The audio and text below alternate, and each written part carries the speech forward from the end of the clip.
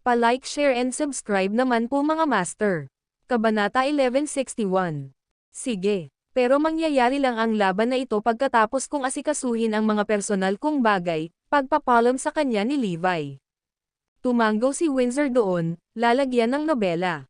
Samantala, huminga ng malalim ang lahat dahil alam nilang lumapit sa laban na ito pareho silang tumataya sa lahat ng mayroon sila. Sa makatuwid, ang sinumang natalo ay magkakaroon ng hindi maisip na kahihinatnan. Hindi lamang magiging sanhi ng malaking kaguluhan ang kanilang laban kay Erodia, ngunit ang iba pang bahagi ng mundo ay magkakagulo rin. Si Asher Dragon at ang kanyang grupo ay nakilala kay Levi habang si Zar at ang iba ay nakilala kay Azure, lahat ng kanilang mga mata ay nag-aalab sa determinasyon. Umaasa silang lahat na mananalo ang kanilang amo sa laban, ngunit alam nilang napakalakas ng magkabilang panig. Kaya, sa sandaling iyon, walang nakakaalam kung ano ang magiging resulta. Pagkaalis nila, nagtanong si Bolgan, "Guro, gaano katiyak na manalo?" "Sasabihin ko na ito ay 50%, sabi ni Windsor pagkatapos pag-isipan ito ng ilang sandali. "Ha?" Ungol nilang tatlo habang humihinga ng malalim. Ito ang unang pagkakataon na nakita nila na may kabang-abang na mukha. Dito, ang sagot na ibinigay niya sa kanila ay 50% lamang. Si Windsor ay isang sobrang tiwala at mayabang na tao na hindi man lang sumuko sa langit at lupa. Sa kanyang mga mata, lahat ay nasa ilalim niya. Gayunpaman, talagang natatakot siya pagdating kay Levi. Sa totoo lang, hindi naman talaga siya natatakot, hindi lang siya 100% sigurado kung kaya niyang manalo laban kay Levi.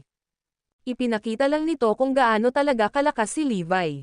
Sa katunayan, napakalakas niya kaya kahit si Windsor ay nag-iingat dito. Ang balita ng Diyos ng digmaan at pakikipaglaban ni Azure ay lumipad kay Erodia, pagkatapos ay sa Bayview, at hindi nagtagal ay kumalat ito sa buong mundo. Alam na ng lahat ang tungkol sa labanan ngayon, at alam nila na ang laban na ito ay isang bagay na maaaring makaapekto sa buong mundo. Kung nanalo si Levi, tiyak na magagawa ng Diyos ng digmaan ang kanyang laro sa susunod na antas. Sa kamay ni Azure, magiging malaking kawalan ito sa kanilang mga kaaway. Gayunpaman, kung siya ay matalo, kailangan niyang bumaba sa kanyang posisyon at hayaan itong si Azure. Bagaman, ito ay magandang balita kay Tenichi at sa ilang iba pa. Kahit nakamangha-mangha ang combat powers ni Azure, mas mahusay pa rin si Levi sa diskarte at pagtingin sa mas malaking larawan. Kaya naman matagumpay ng labanan ito. Diyos, ito ay masyadong nakakatakot, malapit na silang mag-away. Halatang si Damian ang unang nakatanggap ng balita tungkol dito. Pagkatapos ng lahat, palagi niyang binabantayan ang Diyos ng digmaan. Ito ay isang tunggalian ng pinakamalakas kay Erodia, tama ba? Ilang taon nang naghihintay si Azure para lang mapatunayan na siya ang pinakamalakas. Inaabangan na niya ito at gusto niyang masaksihan ang laban. Haha, excited na din ako dun. Kailangang manalo ang Diyos ng digmaan. He is part of the Garrison clan after all, tuwang-tuwang bulalas ni Tyrone. Ang balita ng labanan ay kumakalat pa rin tulad ng napakalaking apoy, at ito ay lumago ng higit at mas maimpluwensyang sa isang minuto. Nang marinig ni Zoe ang balita, nagulat siya dahil nakilala niya si Azure noon. Talaga bang uhaw sa dugo at malupit si Azure tulad ng sinasabi ng lahat tulad ng Demon King? Hindi naman pwede, diba? Niligtas niya pa ako last year. Hindi niya maintindihan ang mga komento ng mga tao tungkol sa kanya. Noong huling nakilala niya ito, pakiramdam niya ay napakamakatao nitong tao. Hindi pwedeng tama yan. Sinasabi nila na si Azure ay isang walang pusong tao, at siya ay walang pinagkaiba sa isang robot. Masyadong hindi ka panipaniwala na ang iyong mga pangyayari ay nakakuha ng kanyang pansin at tinulungan kanya, sabi ni Dale. Kilalang-kilala nila si Windsor. Hindi sana nakikialam siya sa paggamit ng ordinaryong tao. Tama iyan. Parang sinadya ni Azure na protektahan si Zoe, Edwin added. Ano? Nang marinig iyon, nanginginig si Zoe at bakas sa mukha niya ang hindi makapaniwalang hitsura. Hindi pwede, maliban na lang. Ang video na ito ay edited by Herban TV. Kabanata 1162. Isa lang ang posibilidad na naiisip niya. Siguro nandyan talaga si Azure para protektahan ako. Batay sa mga sinasabi ng lahat, hindi man lang siya kukurap kahit na may mamatay sa harapan niya. Malamang lumakad siya para lang sa akin, di ba? Dapat may dahilan kung bakit niya ginawa iyon. Si Levi ba ang nag-ayos nito? Imposible. Hindi man lang sumunod si Osiris sa Diyos ng digmaan, kaya bakit niya ako makikinig kay Levi at protektahan ako? Imposible naman kahit importanteng tao si Levi. Samantala, humiwalay si Levi at iba pa sa Asher Dragon. Nais ng huli na pumunta muna sa pamilya Stewart, habang binalak ni Levi na bisitahin ang isang matandang kaibigan niya si Benny Quinton. Maraming tao sa tirahan ni Benny, 8 people to be exact, including Benny. Lahat sila ay mga bituin sa larangan ng medisina. Sila ang sikat at kilalang optomedic ng Erudia. 8 sa kanila ang mga doktor sa larangang medikal, kabilang ang mga eksperto sa kanluraning medisina at tradisyonal na gamot ng Chino. Kasabay nito, nagulat si Benny nang marinig na muling lumitaw si Levi. Mabilis niyang pinapasok sa bahay ang huli at ipinakilala sa iba. Nagulat ang iba pang mga doktor dahil hindi nila inaasahan ang mismong God of War. Ito ang The Acupuncturist Asa Wormwood. Ito ang Herbalist Whitney Soffan. Isa-isang ipinakilala ni Benny ang lahat at ipinaalam kay Levi na sila ang nagtanong sa mga doktor ng Erudia, at lahat sila ay mahusay sa Western medicine at tradisyonal na Chinese medicine. Sinabi rin niya sa huli na para silang pambansang kayamanan ni Erudia. Sa madaling pagyuko, magalang na sinabi ni Levi, isang tawagan na makilala kayong lahat. Hindi, atin ang kasiyahan, Diyos ng digmaan. Hindi na kailangan yan. Agad namang tumayo ang lahat. Mayroon medikal na kumbensyon na ginaganap isang beses bawat 4 na taon sa Oakland City kamakailan. Kaya naman lahat tayo dito nagtitipon. Kung hindi magkakaroon ng pagkakataong ganito, nakangiting paliwanag ni Benny sa dahilan kung bakit sila nandito. Kung gayon, dapat ay sinuswerte ako. First time ko dito sa Oakland City, at nakilala ako ng 8 sikat na doktor, sincere na sagot ni Levi. Siya ay palaging magalang at magalang sa kanyang mga nakatatanda. Sa ngayon, ang mga tao ay nabubuhay sa kasaganaan at kapayapaan habang si Erudia ay nagawang umunlad ang lahat dahil sa mga dedikadong nakatatanda na ito. I'm so glad to have them. Matagal silang nag-chat, at malaki ang nakuha ni Levi sa kanilang pag-uusap. Siya ay may limitadong kaalaman sa mga kasanayang medikal dahil handa si Frederick na turuan siya. Gayunpaman, wala siyang panahon para magsaliksik patungkol dito. Habang abala si Levi sa mga doktor, nakatayo si Asher Dragon sa isang kakaibang tirahan. Halos 10 taon na ang lumipas, at sa wakas ay nakauwi na rin siya. Ngunit ang tahanan na ito ay nagdadala sa kanya ng labis na pinsala at pagdurusa. Una, ang kanyang pwesto bilang padre de pamilya ay inagaw. Pagkatapos, pinagtaksilan siya ng kanyang nobya at pinakasalan ang sarili niyang kapatid. Sa huli, napilitan siyang makulong bilang kapalit ng kanyang kapatid. Ang masasakit na salita ng nobya ni Asher Dragon ay umalingaw pa rin sa kanyang tenga pagkatapos ng lahat ng mga taon na ito. Ang pinakamalakas na lalaki lang ang karapat-dapat para sa akin.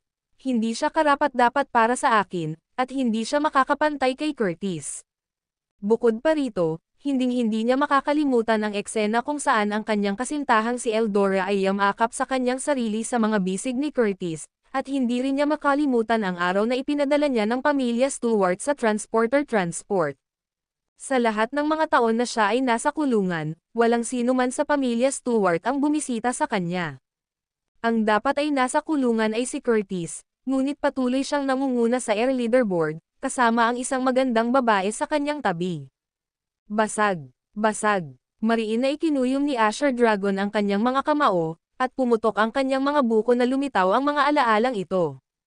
Sa wakas nakabalik na ako ngayon. Ipapakita ko sa mga bihito na hindi nila ako dapat guluhin.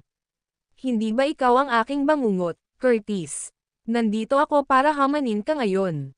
Dumilim ang mukha niya habang humahakbang papunta sa pintuan. Bang! Malakas na kumatok si Asher Dragon sa mga pinto, lalagyan ng nobela. Nang bumukas ang pinto, lumabas ang ilang gwardya. Anong kalokohan ang kakatok mo? Hindi mo ba alam kung nasaan ka ngayon? Mr. Indigo. Bumalik na si Mr. Indigo. Ang video na ito ay edited by Urban TV. Kabanata 1163. Sa lalong madaling panahon, ang pamilya Stewart ay nabalisa. Nakabukas ang lahat ng ilaw sa mansyon, at halos lahat ng tao sa pamilya ay lumabas ng bahay. Ang bawat isa sa mga pamilyar na mukha ay humarap kay Asher Dragon. Ang mga duwag na magulang, na hinahayaan ang mga tao na samantalahin sila, at ang tiyuhin at mga tihiya, na gustong magdagdag ng asin sa sugat. Naroon din ang lolo, na binawi ang kanyang karapatan bilang tagapagmana, si Basil. Ang huling lumabas ay sina Curtis at Eldora. Nakayakap pa rin ang babae sa kanyang kapatid, na nagpapakita kung gaano sila kamahal. Pagkatapos ng mga taon ng pagsasanay, ang kapangyarihan ng Asher Dragon ay nasa pinakamataas na antas. Masasabing nasa punto na siya na hindi na siya magpapanik kahit na gumuho na ang mundo. Gayunpaman, ngayon ay nakilala niya ang kanyang mga kaaway, hindi napigilan ni Asher Dragon ang kanyang kalmado, at mahigpit niyang ikinuyom ang kanyang mga kamao.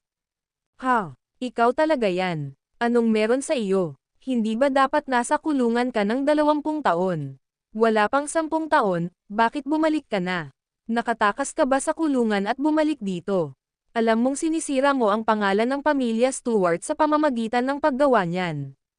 Si Basil at ang iba pa ay natakot na siya ay talagang lumabas sa kulungan nang makita siya. Sagot ni Asher Dragon habang umiiling, hindi.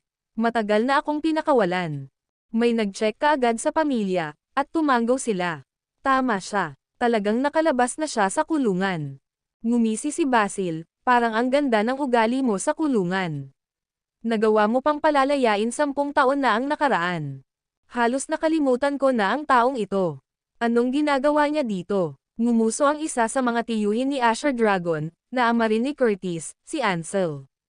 Sa lahat ng mga taon na ito, nasa kamay ng mag-ama ang pamilyang Stewart.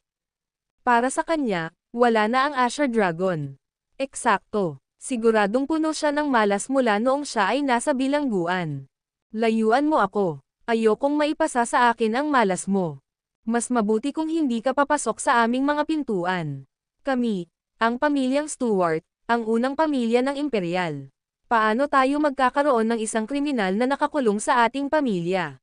Magiging biro iyon sa iba. Gaano kalamag. Ang bawat isa sa kanila ay napakalamig at walang puso.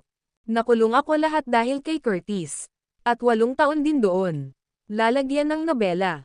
Hindi lang sila walang utang na loob sa mga nagawa ko, kundi nilalay at pinapahiya pa nila ako. Sinabi pa nila sa akin na huwag daw akong tumuntong sa mansyon. The hell with that. Napatingin si Asher Dragon kina Curtis at Eldora. Ang huli ay mukhang magarbo pa rin gaya ng dati. Siya ang una sa air leaderboard pagkatapos ng lahat. Kaya naman, sino ang makakalaban sa kanya? Sa kanyang mga mata, si Asher Dragon ay hindi karapat-dapat na maging kanyang kalaban. Si Eldora naman ay nakayakap pa rin sa kanya habang may mapanoksong ngiti sa kanyang mukha. Anong mali? Ang paggulo ba ng ilang taon sa bilangguan ay nagmukha kang isang piraso ng shout? Well, ikaw ay isang piraso ng shout. Gumawa ako ng tamang pagpili sa lahat ng mga taon na ang nakalipas. Ako, si Eldora Ceres, ay makakasama lamang ng pinakamalakas na tao. Sa pagkakataong iyon, kamukha niya si Levi, may punit-punit na damit at uling sa mukha. Kara-rating lang ni Asher Dragon sa Oakland City, kaya wala siyang oras para ayusin ang sarili. Sa isang imahe tulad ng isang refugee, siya ay karaniwang isang biro sa pamilya Stewart. Naikuyom niyang muli ang kanyang mga kamao nang marinig ang sinabi ni Eldora.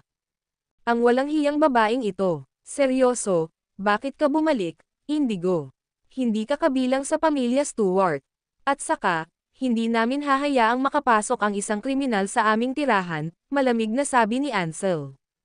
Indigo ang tunay na pangalan ng Asher Dragon.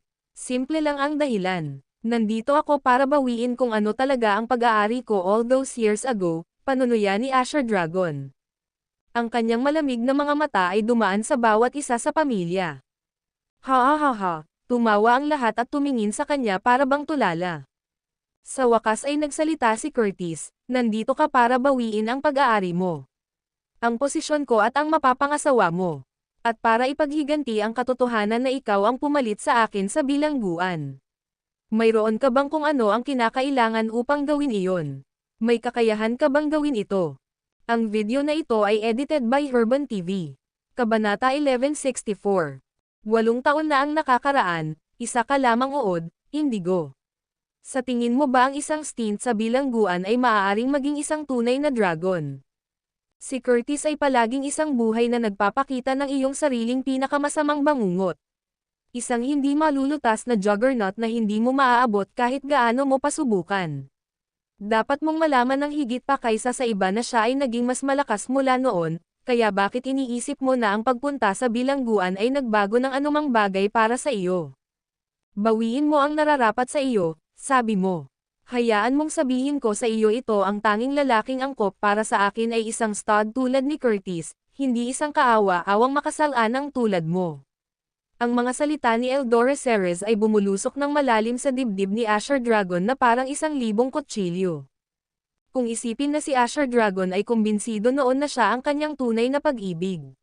Siya lang ang dapat sisihin sa sarili niyang pagkakamali sa paghuhusga. Napakalakas ng loob mo na nagbabanta dito, Indigo. Huwag mo nang isipin ang pagtapak sa aming mga pintuan. Binalaan ka na. Pagkatapos ay tumayo si Ansel sa pagitan ng Asher Dragon at ng pasukan, lalagyan ng nobela. Ano ang iniisip ni Lolo? Tumingin si Asher Dragon sa kanyang lolo na si Basil. May bakas ng galit sa mga mata ni Basil. Tama ang tiyuhin mo. Upang mapangalagaan ang karangalan ng ating pamilya, hindi na namin kakayanin na mapunta ka rito. Bibigyan kita ng halaga ng pera na sapat para tumagal ka habang buhay.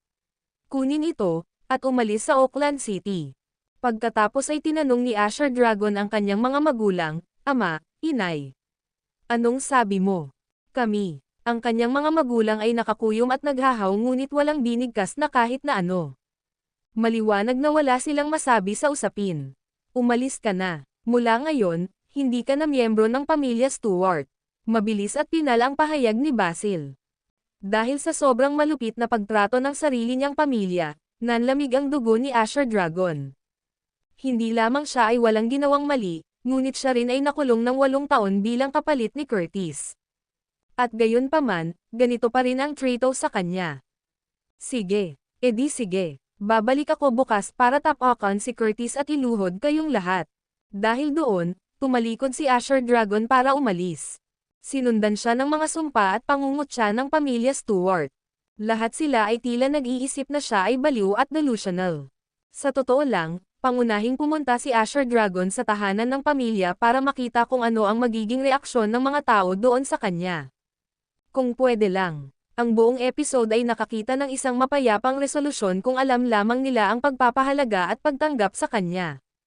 Sa halip, pinilit nila ang kanyang kamay patungo sa pagpapatibay ng mas mahirap na paninindigan. Sa pag-aasam ng mga ganitong sitwasyon kaya pinaalis niya si Levi. Kung si Levi ay mabigla tungkol dito, tiyak na paghiwalayin niya sila. Ito ang dahilan kung bakit siya unang dumating upang mapansin ang pagtanggap ng pamilya. Ang tawagin ng hatol na isang pagkabigo ay magiging isang malaking pagmamaliit. Walang sino mang nagpapasalamat na kaluluwa sa gitna nila dahil lahat sila ay walang humpay na tinutuya siya at pinaalis siya. Sinisiraan niya ang sarili niyang kapatid at ng nobya niya. Pinagbawalan siya ng kanyang lolo at tiyuhin na pumasok. Habang ang mahina niyang mga magulang ay nakatayo at nanonood. Wala nang puwang para sa sentimentalidad. Kaya naman, nagpasya siya noon at doon na bukas ay ang araw na ilalagay niya sa apoy at sa espada ang pamilya Stewart. Kalaunan ng gabing iyon, sina Levi at Benny kasama ng iba ay nagkita at nagsaya. Ang mga nagawa ng Octomedics ay walang kapantay sa larangan ng medisina. Ang 8 sa kanila ay hindi pa nakakaranas ng anumang mga kondisyon na hindi nila nagawang gamutin. Nang lumabas ang pangalan ni Frederick Gregg sa kanilang pag-uusap, ang The Acupuncturist at The Herbalist ay nagpahayag na kilala siya. Ayon sa kanila, si Frederick ay isang kilalang manggagamot mula sa isang matibay na angkan ng medikal na may parehong pinagmulan gaya ng sa kanila. Ang mga mangmang lamang ang magdedeklara na ang tradisyon ng medikal na ninuno ni Erudia ay nawala. O marahil ay dapat kong sabihin na wala silang kasamang malaman ang mga pamamaraang ito na pinangalanan ng panahon. Ngumisi ang acupuncturist na si Asa Wormwood. Siya ay gumawa ng 8 punto. Marami ang may posibilidad na ipagpalagay na karamihan sa mga ito ay wala silang kaalaman o walang karanasan. Diyos ng digmaan, Hanapin mo kaming makita mo ang iyong sarili na nangyayari. Nakangiting sabi ng iilan sa kanila. Pagkatapos maghiwa-hiwalay ng grupo, nagpulong sina Levi at Asher Dragon. Boss, napagdesisyonan ko na bukas na crush ko ang mga Stewart. Ang video na ito ay edited by Herban TV. Kabanata 1165.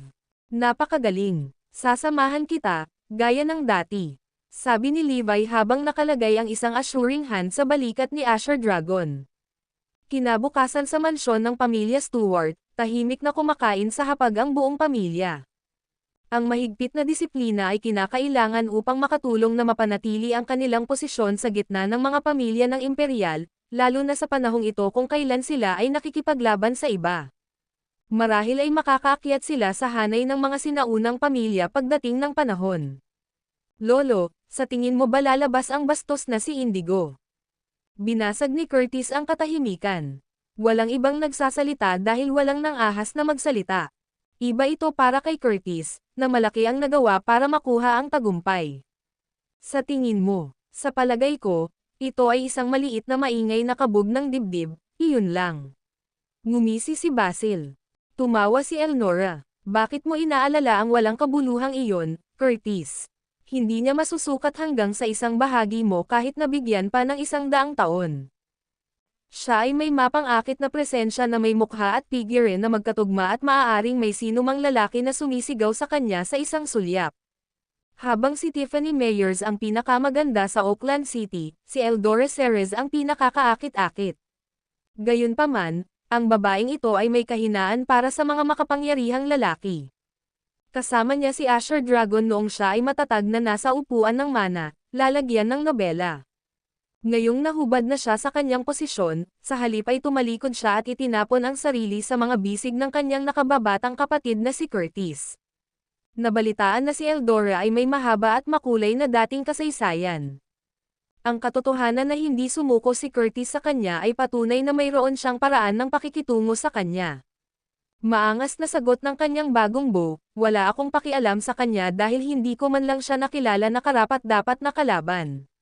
Nag-aalala lang ako na baka gumawa siya ng isang bagay na maaaring magdulot ng kasiraan sa aming pamilya. Huwag mo siyang pansinin. Malaki ang duda ko na magkakaroon siya ng lakas ng loob na maghanap ng gulo dito. Para mapaluhod kami ni Stuarts. Ang ubod ng lakas ng loob ng isang baliw. Bang! Ang mga alon ng isang nakakabinging pagsabog ay biglang kumulog. Sinundan ito ng isang umuusbong na sigaw, ihanda ang iyong sarili sa kamatayan, mahal kong kapatid. Umalangaw-ngaw ang boses sa bawat sulok ng bahay. Ano ang nangyayari? Dumating na ba ang bakla? Nakatulala si Basil at ang iba pang pamilya sa hapagkainan. Ang sama ng loob. Wawasakin ko siya, deklara ni Curtis habang tumatayo. Ang iba, din, ay iba't ibang naudyukan sa pagkilos habang silang lahat ay bumangon at sama-samang naglakad patungo sa pangunahing pasukan. May 5 iba pa bukod kay Asher Dragon, na ang basag-basag na getup ay pumupuri sa kanya. Ano itong nakikita ko? Mga katulong, balak mo bang kunin ang pamilyang Stewart gamit lang itong ragtag bunch kasama mo? Dapat ay nagdala ka ng isang bagay na mas kagalang-galang kaysa sa isang grupo ng mga refugee, mapanuksong sabi ni Eldora. Ngumiti si Asher Dragon. Ang problema mo, Eldora, hindi mo pa nakikita ang lampas sa mababaw. Halatang wala kang ideya kung sino ang nasa harapan mo. Ang kanyang mga mata ay dumaan sa bawat isa sa pamilya sa pagsisiyasat. Ibinibigay ko ang marami sa inyo ng isang huling pagkakataon. Iluhod mo ang iyong mga tuhod sa harap ko at pagsisihan mo ang iyong masasamang paraan, at patatawarin kita. Kung hindi, ibababa ko sa lupa ang bahay ni Stuart sa araw na ito. Hahaha, ang mga Stuart ay nagkakagulo nang marinig ito. Hindi nila kinuha ang Asher Dragon ng may anumang sukat ng kaseryosohan. Tungkol saan ba iyon sa mundo? Isara mo ang bibig mo, tanga. His own parents chimed in, gusto mong sirain ang pamilya natin, sabi mo. I doubt na malalampasan mo pa ang sarili mong nakababatang kapatid. Natawa si Curtis, halatang kulang ka sa self-awareness, Indigo. Ako ang iyong pinakamasamang kinatatakutan, ang iyong bangungot. Ikaw ay nasa ilalim ko 8 taon na ang nakakaraan, at ako ay naging mas malakas mula noon. Anong pag-asa ang mayroon ka para ipaglaban ang iyong sarili sa isang tao na ang kakayahan ay nasa top 20 sa Saber leaderboard ng Erudia? Nanginig si Asher Dragon sa mga salitang iyon dahil laging may numero si Curtis. Hindi. Matatalo kita at mapatunayan ang aking sarili laban sa iyo. Ang video na ito ay edited by Herban TV. Kabanata 1166. Hahaha, malalaman mo na kung ano ang naghihiwalay sa iyo at sa akin, uod. Ngumuso si Curtis. Gawin mo, Curtis. Iluhod mo siya. Napasigaw si Eldora. Ang nangungunang Saiyan sa Oakland City ay naging headline sa pecking order sa air leaderboard ng Oakland City sa loob ng buong taon na tumatakbo, at ang kanyang martial prowess ay lumakas lamang sa panahong ito. Sa madaling salita, si Curtis ay halos hindi mahawakan. Kaya, sa pamilya Stewart, si Asher Dragon ay isa ng patay na naglalakad. Ang iyong hiling para sa kamatayan ay ipagkakaluob. Si Curtis ay agad na nasa Asher Dragon sa isang malakas na hakbang. Ibinato niya ang isang mabangis na kamao sa pagnanais na tapusin ang kanyang nakitang kapatid sa isang suntok, ngunit nagbago ang kanyang ekspresyon nang tuluyan itong naiwasan ni Asher Dragon. Lahat ng naruroon ay nanunood ng may halong hininga nang magsisimula ng maayos ang laban. Ang pagmamataas sa mga mukha ng pamilya Stewart ay napalitan ng pagtataka at pagkatapos ay pagkagulat nang naganap ang labanan. Humigit kumulang 100 round, biglang pinalipad ang isa sa mga manlalaban. Bang! Mabilis na pumasok ang kanyang kalaban at pinaulanan siya ng mapangwasak na suntok sa himpapawid, na nagpabagsak sa kanya sa lupa. Bang! Ang nahulog na lalaki ay bumagsak ng husto at nag-iwan ng bakas ng concentric na mga bitek sa mga asol na tile sa punto ng pagkakabangga. Nang tumingin ang lahat ay natigilan sila dahil ang lalaking nakahandusay sa sahig ay walang iba kundi si Curtis. Si Curtis ay nababad sa dugo at nagdadala ng hindi mabilang na lawak ng pinsala sa kanyang mga buto. Sa sandaling iyon, ang kanyang katawan ay nanginginig ng hindi mapigilan, at ang kawalan ng paniwala sa kanyang mga mata. Nakakaloka! Nakakaloka! Walang sino man ang maaaring makakita kung gaano kakilakilabot ang Asher Dragon. Hindi rin mahuhulaan ng sino man na magagawa niyang pinakamahusay si Curtis. Bakas sa mga mukha ni Basil, Ansel, at Eldora ang pagkagulat. At pagkatapos ay nagkaroon ng katahimikan sa paligid. Paano naging napakalakas ng Asher Dragon? Hindi ba siya nalugmok sa kulungan ng 8 taon? Ikaw ang pinakakinatatakutan ko, Curtis, pero hindi na. Sa isang punto, naisip ko na ikaw ang pinakamalakas kailanman. Ngunit napagtanto ko kung gaano kababa ang naitakda ko sa bar kapag nakatapak na ako sa larangan ng digmaan. Tumawa si Asher Dragon. Larangan ng digmaan. Hindi ba dapat nasa likod ka ng rehas? Tanong ng isang natatarantang Eldora. Kapag gusto, may paraan. Napili akong sumali sa mga espesyal na puwersa habang nagsisilbi ako sa aking sentensya. Maaaring hindi mo alam, ngunit ngayon ay kilala na ako bilang ang Asher Dragon, Hari ng Digmaan. Ano? Hari ng Digmaan. Ang mga mukha ng kanyang pamilya ay nagbago ng husto. At nakatayo rito sa harap mo ang aking amo, ang Diyos ng Digmaan, at ilan sa aking mga kaibigan, si Kirin. Nagulat ang mga Stewart na bumaba si Asher Dragon sa linya na ipinakilala ang mga kasama sa tabi niya. Thud. Isang malungkot na Eldora ang lumuhad sa harap ng Asher Dragon at niyakap ang kanyang mga binti. Nagkamali ako, Indigo. Patawarin mo ako para sa isang beses. Sa lahat ng mga taon na ito, hindi ako tumigil sa pag-iisip tungkol sa atin. Kung payag ka, maaari tayong bumalik sa dati at gugulin ang natitirang bahagi ng ating buhay na magkasama. Anak, hindi tama ang ginawa namin ni nanay sa iyo. Hindi dapat tayo tumahimik. Nagkamali si Lolo, anak ko. Ibabalik kita bilang tagapagmana. Si Lolo ay naging tanga. Hindi makatarungan ang pagtrato ni Tio sa iyo, Indigo. Nanatiling tahimik si Asher Dragon sa kabuuan ng lahat ng oras.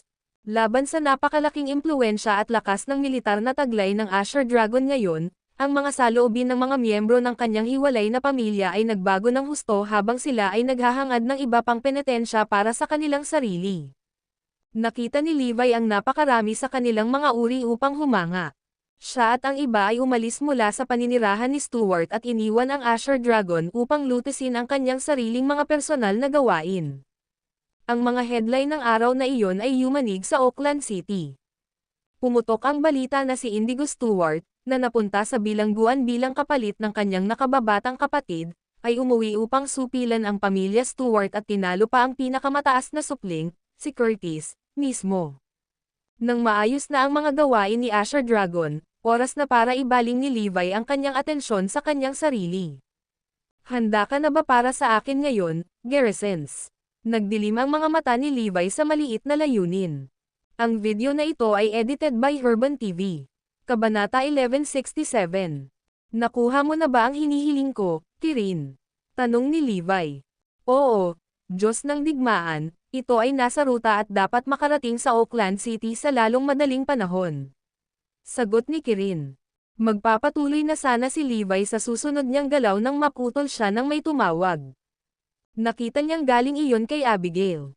Hoy Abigail, paano mo nalaman ang bago kong number? Tanong ni Levi. Nalaman ko ang tungkol dito sa pamamagitan ni Mr. Quinton. Si Abigail ay regular na nakikipag-ugnayan kay Benny mula noong dumating siya sa Auckland City. Anong meron? Pwede mo ba akong sunduin, Levi? Nasa lugar ako ng gulo. Kailangang mag-hang up ngayon. Halika hanapin mo ako, medyo natarante si Abigail. Malungkot ang ekspresyon ni Levi. Kunin ang lock sa kanyang lokasyon, Phoenix. Kaagad, nagtrabaho si Phoenix at hindi siya nagtagal ay nakuha na niya ang kanyang posisyon. Siya ay nasa Dynasty Manor, isang lugar na madalas puntahan ng mga pinakamayaman at maimpluwensyang sa Auckland City. Ang Dynasty Manor ay ganap na inilaan ng isang mayamang Saiyan para sa gabing mag-host ng isang prestihiyosong pagtitipon. Kasama sa listahan ng mga panauhin ang mga batang ginoo at kababaihan sa parehong liga tulad ng kanyang sarili. Ilang dosenang kotse ang nakaparada sa pasukan, at nagtampok sila ng komprehensibong koleksyon ng maraming limitadong edisyon ng mga modelong nakahanay sa gitna nila. Ang halaga ng hardware congregated doon ay hindi higit sa isang pinagsamang 2 bilyon. Ang organizer para sa kaganapan ay si Conrad, ang pangalawang supling ng pamilya Garcia, ang pangalawa sa pinakatanyag sa mga sinaunang pamilya ni Herodia. Ang kanyang mga bisita ay mga anak na lalaki at babae ng iba pang imperial at maharlikang pamilya sa Auckland City.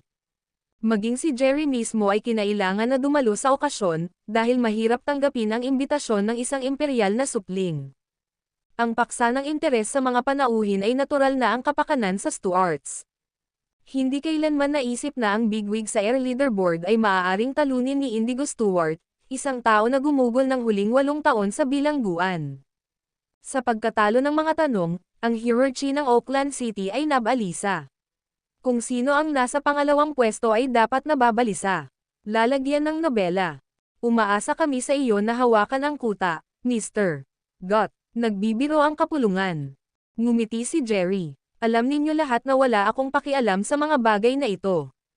Ano ang pinagkaiba nito kung sino ang nauna at kung sino ang nasa likod ng ranggo? Nadarama ko ang paglubog ng pakiramdam na may malaking nangyayari sa Auckland City. Una ay hinahamon ng Diyos ng digmaan si Azrael. Pagkatapos ay mayroong Indigo Stewart na tumatapak sa kanyang pamilya. Ngayon ay ang usapan ni Levi Garrison. May chismis na balak niyang pumunta sa angkan ng Garrison, sabi ng isang tao. Talaga, maraming bagay ang nangyayari lately. Ngunit maituturing bang major ang negosyo ni Levi Garrison? Kung tutuusin, isa siyang duwag na walang kwenta na hindi karapat-dapat sa ating atensyon. Pinabulaanan ng ngiti sa labi ni Jerry ang kislap ng lamig sa kanyang mga mata. Tumahimik ka ngayon. Nandito si Mr. Garcia. Tumahimik ang silid nang dumaan ang isang matipunong kabataan. Ito ay si Conrad, isang Saiyan ng sinaunang pamilyang Garcia at isa sa mga nakaupong miyembro sa Air Leaderboards. Sa tabi niya ay isang batang babae, na hindi kilala ng lahat ng mayayaman at makapangyarihan sa Auckland City maliban kay Levi.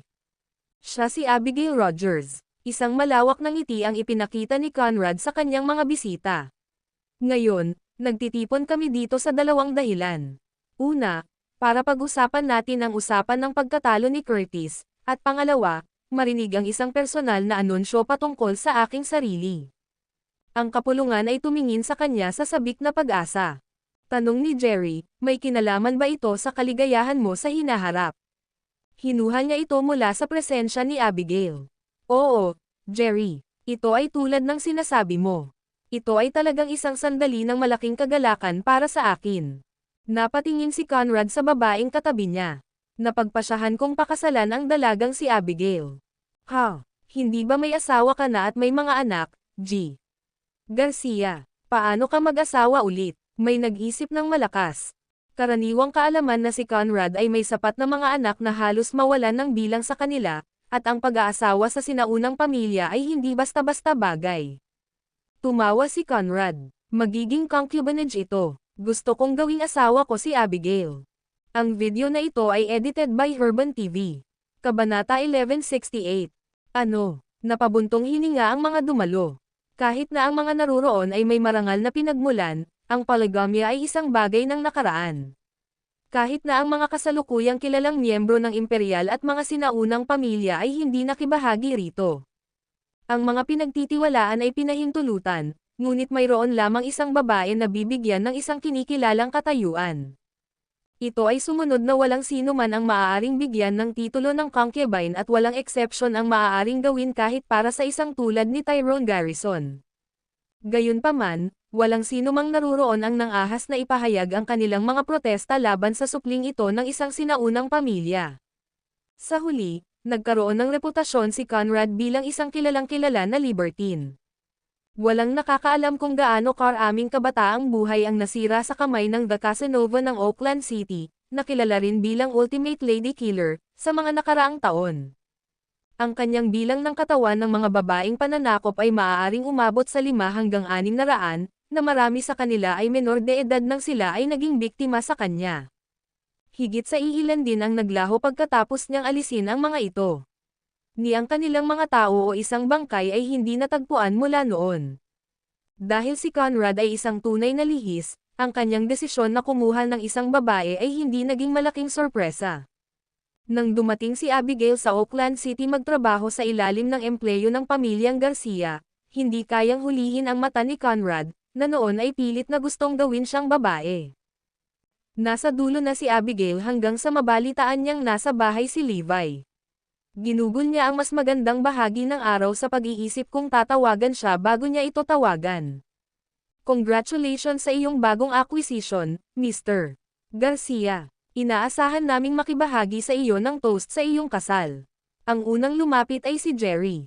Congratulations, Mr. Garcia. At ang iba naman ay sumunod sa sandaling sila ay gumalaw mula sa kanilang pagkatulala. Ang tanging may aalay lamang nila kay Abigail ay ang hindi nila masabi na pakikiramay. Isa pang magandang dalaga na naging biktima ni Conrad Garcia. Pasasalamat ko sa inyong lahat para sa inyong kabutihan. Sana makita ko kayong lahat doon sa kasal ko. Si Conrad ay nakasakay sa isang mataas. Halos hindi niya napigilan ang sarili habang nakatitig sa mapanloko ngunit inosenteng si Abigail. Hindi talaga kinailangan ng sayan ng mga Garcia na magbigay ng formal na katayuan kay Abigail. Iyon ay bago niya nalaman na ang nakatatandang kapatid na babae ni Abigail ay anak na ampon ni Dale Lehman. Ang pagkuha sa kanya sa pamamagitan ng puwersa ay maaaring magdulot ng problema para sa kanya dahil sa kanyang pinalawig na koneksyon, kaya, ang kanyang desisyon na mag-opt para sa concubinage. Sa ganoong paraan, hayagang may papatong niya ang kanyang mga kamay kay Abigail nang hindi nag-iiwan ng dahilan para sa pagsalansang. Payag ba ang dalaga? Maya-maya lang, isang boses ang umalangaw-ngaw sa gitna ng pagmamadalian. Lahat ng naruroon ay napalingon. Ang may-ari ng boses ay walang iba kundi si Martin, Madman, Preston mismo. Walang umasa sa kanyang presensya doon, dahil mas kilala siya bilang isang baliw kaysa sa isang rangkang science sa mata ng publiko. Hindi ako kailanman isa na kumuha ng hindi para sa isang sagot. Kung ano man ang gusto ko ay magiging akin. Si Conrad ay kasing bastos at mayabang sa kanilang pagdating. Pagkatapos noon, tiningnan niya si Abigail. Magiging akin siya hanggat gusto ko siya. Sino ang maglakas loob na hamarang sa aking daan? Ang sayan ay tiyak na may kapital na gawin ang gusto niya dahil ang pamilyang Garcia ay nasiyahan sa kanyang bawat kapritsyo, at ang kanyang ama ay labis na nagpoprotekta sa kanya sa loob ng dahilan. Nasiyahan din siya sa pabor ng kanyang tiyuhin, si Tyrone Garrison, at ang kanyang pinsan, si Damian. Sa kaginhawaan ng palaging pagkakaroon ng isang tao upang linisin pagkatapos niya, si Conrad ay palaging kayang kumilos ng walang pag-aalinlangan o takot sa mga kahihinatnan. Nagkakamali ka sa isang ito, Conrad. May ideya ka ba kung sino siya? Tanong ni Martin. Siyempre ginagawa ko. Ang kapatid niya ay ang adopted daughter ni Mr. Lehman. Kahit siya ay walang dapat sabihin kung kukunin ko siya bilang aking asawa. Mahinahong sabi ni Conrad. Haha, ganun ba? Inaasahan kong nililigawan mo si kamatayan kung susubukan mo. Tawa ng tawa si Martin. Gayunpaman, natural na hindi napigilan ni Conrad. Hahaha, sino pa ba ang hindi ko kayang masaktan? Kung ganoon, kukunin ko siya bilang aking asawa bago matapos ang araw na ito. At makikita natin kung sino ang harang sa daan ko. Trumpeta niya. Umiling lang si Martin bilang tugon. Ngunit sa pagkakataong ito, sasalubungin ng Casanova ng Oakland City ang kanyang foil. Bang! Ang mga pinto ay marahas na bumagsak sa dingding sa isang malakas na hampas ng paa ng isang tao. Tama siya. Si Abigail ay hindi isang taong kaya mong guluhin. Isang malamig na boses ang dinala ng mga shockwaves sa buong silid. Ang video na ito ay edited by Urban TV. Kabanata 1169. Lahat ng mata ay nakazone sa silhouette na lumabas sa entrance ng hallway. Walang nakakilala sa lalaking estranghero na lumitaw maliban kay Jerry, na namutla ang mukha nang makita siya. Ito ay si Levi Garrison. Napangiti si Martin habang dumudulas siya sa isang sulok para panoorin ang mga mangyayari. At sino ka kaya? Hamon ni Conrad. Levi, nandito ka na pala. Tumakbo si Abigail papunta kay Levi nang makita niya ito. Anong nangyayari dito? Tanong ni Levi. Isang hakbang pasulong si Conrad. Hayaan mong ibigay ko sa iyo ng diretso. Si Abigail ang magiging asawa ko. Galit na tumango si Abigail bilang pagpapatibay sa kanyang pangkalahatang buod ng sitwasyon. Bakit sa mundo may kumukuha ng mga babae sa panahon ngayon? Sino ang nagbigay ng pahintulot para dito? Umirap si Levi. Napanatili ni Conrad ang kanyang mapagmataas na kilo. Kilala mo pa ba kung sino ako? Ako ang nasupling ng pamilya Garcia at hawak ang pabor ng pinuno ng mga Garrison, ang minamahal sinaunang pamilya. Kaninong pahintulot ang kailangan kong gawin ang gusto ko? Ibig sabihin ba nito ay hindi ka na rin hihingi ng pahintulot ng sinuman? Tanong ni Levi. Napabuntong hininga si Conrad. Siyempre hindi. Ang gusto ko ay akin na. Ano ang silbi ko para sa pagpayag ng sinuman? Nang marinig ang sagot niya, natuwa si Levi. Nang walang pagsasaalang-alang sa karaniwang kagandahang asal o sa tuntunin ng batas. Isang tunay na hindi mapipigilan na malupit. Hindi katakataka na kailangan ni Abigail ang tulong ko para iligtas ang sarili sa banta na ito. Ibinaba ni Conrad ang kanyang tingin upang suriing mabuti si Levi mula sa kanyang nakataas na posisyon. Makinig ka rito, anak. Wala akong pakialam kung sino o ano ka. Magiging asawa ko si Abigail, at wala kang magagawa tungkol dito.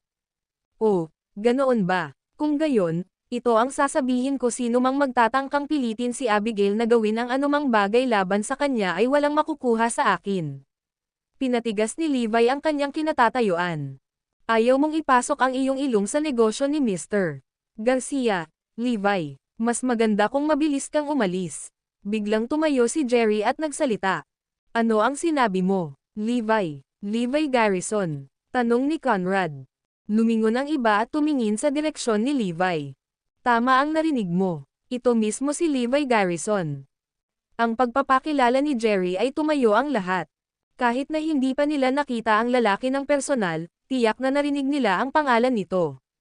Nandito siya sa Oakland City. Nataranta ang masa habang maingat nilang tinitingnan siya. Siya ito ang walang galang na supling ng pamilyang Garrison na iniwan ang kanyang ina at asawa para iligtas ang sariling balat. Lalagyan ng nobela. Hindi ka karapat-dapat na tawaging lalaki ka, Levi. Ang lakas ng loob mong magpakita pa ng mukha dito. Wala akong ibang hinihiling kundi ang patayin ka. Ikaw ay hindi makatao, duwag na walang kabuluhan. Isa kang kahihiyan sa lahat ng erudiya. Tahimik na nakikinig si Levi habang sumasabog sa kanya ang sandamakmak na mga causes na parang nagninangas na bar aisles ng pulbere. Umalis ka na rito, Levi, at baka maligtas ka pa ni Mr. Garcia ng iyong buhay. Si Jerry ang nagudyok sa kanya. Ginoo, si Got ay isang tunay na ginoo. Tinitingnan kahit ang kanyang mahigpit na karibal. Ikaw lang ang bagay kay Zoe. Hindi ito sorry na excuse para sa isang lalaki. Ang mga nagtitipon ay nagpupuri kay Jerry. Isang kakaibang kislap ang sumilay sa mga mata ni Jerry. Hindi natitinag sa kanilang mga komento, ngumiti si Levi. Sige, pwede na akong umalis. Pero sumama sa akin si Abigail. Hindi, dapat manatili si Abigail at maging asawa ko. Dahil ito ay naging kaalaman ng publiko, hindi ba ito magiging dahilan para sa kahihiyan para sa akin na payagan siyang umalis? Napaungol si Conrad. Then all the more reason para kunin ko siya. Sa aba ng sino mang humahadlang sa aking daraanan. Deklara ni Levi na may pagnanasa sa dugo sa kanyang mga mata. Ang video na ito ay edited by Urban TV. Kabanata 1170. Nagmamakaawa ka para sa kamatayan, anak. Who dares threaten Mr. Garcia? Pagod ka na bang mabuhay? Umakyat ang dalawang lalaki sina Cosimo Cuvier at Clarence Trent. Sila ay mga anak ng mga pamilyang imperial, iba't iba ang ika-9 at ika-10 mga science sa lungsod. Pareho silang mga lifelong practitioner ng martial arts at may mataas na kakayahan na exponents. Mag-clear out, babala ni Levi. Kunin mo siya, sabay utos ni Conrad. Sina Cosimo at Clarence pagkatapos ay sabay na sumugod kay Levi. Bang! Bang! Umikot si Levi sa isang paa at hinampas ang isa pa, dahilan para lumipad pabalik ang dalawang lalaki sa kabilang direksyon. Basag! Basag! Ang lakas ng bakbakan ay sumabay sa katahimikan ng karamihan. Ang dalawang binata ay bumagsak sa ilang mesa bago bumagsak ng husto sa lupa, na sinundan ng kanilang panandaliang nanginginig na katawan bago sila nawalan ng malay. Habang humihina ang mga nakakatakot na tunog na iyon, ang katahimikan ng hangin ay bumalot sa buong silid. Natigilan ang masa dahil walang nakakaalam na makakalaban si Levi. Ang hindi inaasahan ay kung gaano siya kahusay na makakayanan ang ika-9 at ika-10 rangkang Saiyan, na parehong martial extraordinaire sa kanilang sariling mga karapatan. Tumama ang panga nina Jerry at Conrad sa kubyerta. May mga galaw na ang bata. Ngunit mayroon ka bang ideya kung kanino mo lang nahawakan ang iyong mga kamay? Mga anak sila ng pamilya ng imperial. Tapos ka na. Tapos na. Itinuro ni Conrad ang isang daliri kay Levi habang nakadirekta ang galit sa kanya. Sa lahat ng mga tao na maaari mong bugbugin, kailangan mong piliin sila. Malaki ang problema mo ngayon, Levi. Sigaw ni Jerry. Tiyak na walang katapusan ang gulo para sa sino mang nang ahas na hawakan ang mga supling ng mga pamilyang imperial. Ito ay walang balita na ang mga kilalang pamilya ay kasumpa-sumpa sa kung gaano sila proteksyon sa kanilang sarili. Ngumisi si Levi Garrison. Ano ang tungkol sa kanila? Na hindi sila mahahawakan. Kung gayon, wala akong ibang gugustuhin kundi ang bigyan sila ng napakagandang imperial. Sasampalin na sana ni Conrad ang paulit-ulit na pang-aasar ni Levi. Walang matitiis niyang paglabag na paraan. Lamaba ka, o patikim din ako sa iyo nito. Panay ang taas ng mahigpit na kamao ni Levi habang tinitigan niya si Conrad. Dalhin mo, kung maglakas loob ka.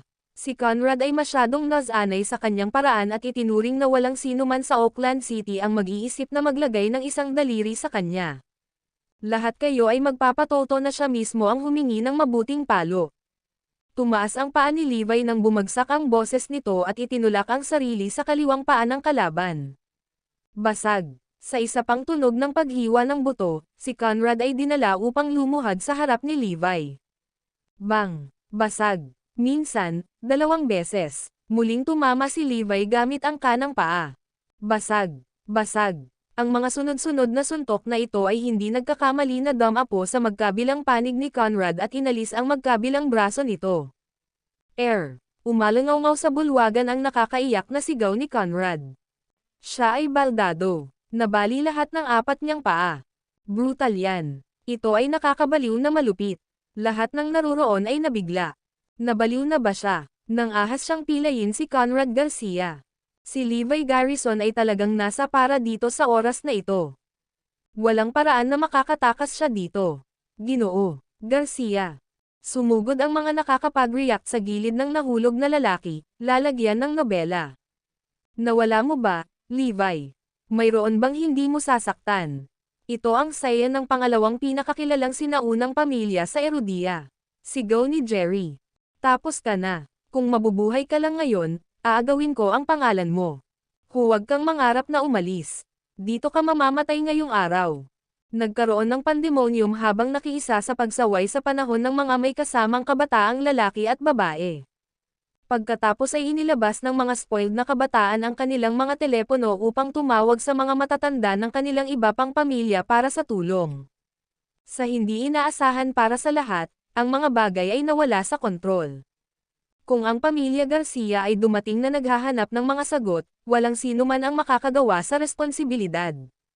Sa loob ng maikling panahon, 16 sa mga pamilyang imperial at 32 sa mga maharlikang pamilya sa lungsod ng Oakland ay nakilos. Sa pamamagitan nito, ang mga pinuno ng mga pamilya ay patungo sa Dynasty Manor kasama ang kanilang pinakamahuhusay na mandirigma sa hila. Para bang ang lungsod ay nabaligtad sa isang gabi. Ito ay isang bagay sa ibang antas dahil ang pangunahing nasawi ay ang supling ng pangalawang pinakakilalang sinaunang pamilya. Marami kang dapat sagutin ngayon, Levi. Ang mga mata ng lahat ay nakalok sa nag-iisang figure na nakatayo bukod sa lahat. Pagkatapos ay hinailan niya ang isang upuan at inayos ang sarili. Mabuti. Hayaan mo silang dumating para malutas natin ito minsan at magpakailanman. Ang video na ito ay edited by Herban TV. Kabanata 1171.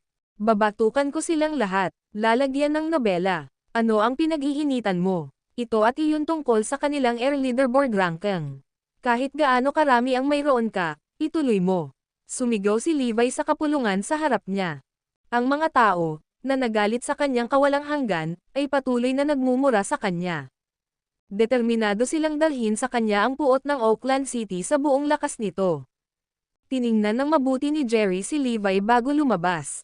Sa sandaling iyon, ang kanyang mga mata ay nagtaksil sa kanyang pagiging palihis.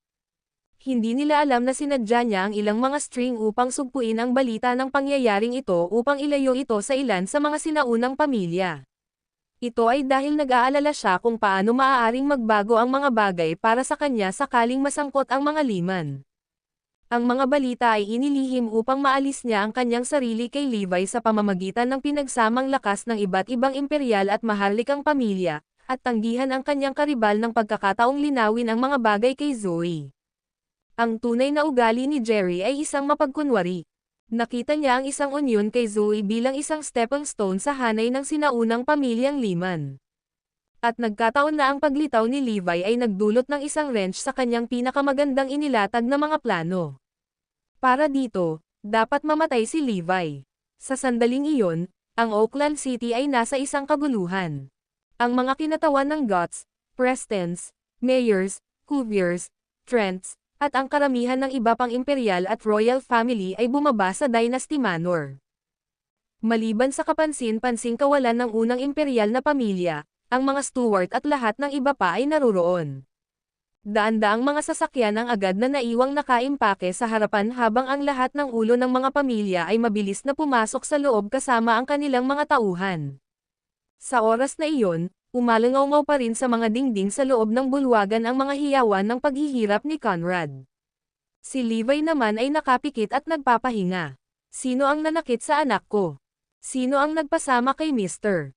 Garcia? Ang mahigpit na sigawan ay nagudyok sa pagdating ng ilang mayayamang bihis na matatanda at ang malaking entourage na nakaangat sa likuran. Sila ay pinangunahan ni na Esmond ng Cuviers at Otis ng Trents. Ang dalawang lalaki ay sinamahan ni na Jordan, Arvin, at Tiffany ng Mayors. Ang mga kilalang tao, na bihirang makita sa publiko, ay pinagsama-sama sa okasyong ito. Siya yon, Levi Garrison. Ang mga daliring nag-aakusa ay nagkakaisa sa pagtukoy sa nagkasalang partido. Pagkatapos noon, pinagmasdan ni Levi ang eksenang nasa harapan niya. So present lahat, mabuti. Bakit hindi ka sabay na lumapit sa akin? Gusto kong bugbugin kayong lahat. Mayabang na tanga, mamatay. Lumapit ang isang lalaki para sugurin si Levi. Bang! Pinaputok ni Levi ang sakong ng kanyang paa at pinabagsak ang kanyang salarin na parang nataman ng 5 toneladang truck. Bumagsak sa lupa ang nakadapa na lalaki at nanatiling hindi gumagalaw. Humugat ng matalim na paghinga ang mga tao nang makita nila iyon. Kahit ang nagtanong pugilist mula sa pamilyang Cuvier ay walang kapantay. Nanlaki ang mga mata nila sa gulat. Patayin siya. Isang grupo ng mga manlalaban pagkatapos ay sisingilan sa konsyerto patungo kay Levi. Gayunpaman, deftly na ipinadala ni Levi ang kasing dami nila, at walang sino man ang nakapagpaalis sa kanya mula sa kanyang posisyon sa upuan. Nanatili siyang nakaupo habang ang kanyang mga kalaban ay naiwang humahagulgol sa sahig sa paligid niya. Paano siya naging magaling? Ito, hindi makapaniwalang tinitigan ni na Jordan at Arvin si Levi. Ito ba talaga ang lalaking tinatawag ng lahat na walang kwenta? Sa isang maikling sandali, nakaramdam sila ng nararamdamang panghihinayang sa pagpapaalis ng engagement. Samantala, ang iba ay nagbabalistek. Paano ito hindi namin makuha ang hawakan sa kanya kahit na sa napakaraming bihasang lalaki? Maging si Jerry ay natulala. Tunay, ang mga garrison ay hindi makagawa ng sino mang walang kakayahan. Ang isipin kahit isang bastardo nila ay ganito kahirap. Napabuntong hininga sila. Aynal-alayan ng mga taga-suporta sa paligid niya, nagningas ang mga mata ni Conrad kay Levi. Wala akong pakialam kung gaano siya kagaling. Patayin siya, o kailangan kong tawagan ang mga Garcia at angkan ng garrison para harapin ito ng personal. At kapag ginawa nila, sisiguraduhin kong lahat kayo ay magkakasamang mananagot. Sa harap ng mga pananakot mula sa anak ng mga Garcia, ang mga pinuno ng mga kilalang pamilya na naruroon ay maaari lamang mag-ublega. Makinig ka sa akin. Dapat nating patayin ang lalaking ito. Sapagkat kapag nabalitaan ito ng mga garrison, hindi natin dapat asahan ang sisihin, kundi ang gantimpala. Nagrally si Esmond. Ang moral ng mga aggressor ay tumaas sa isang iglap.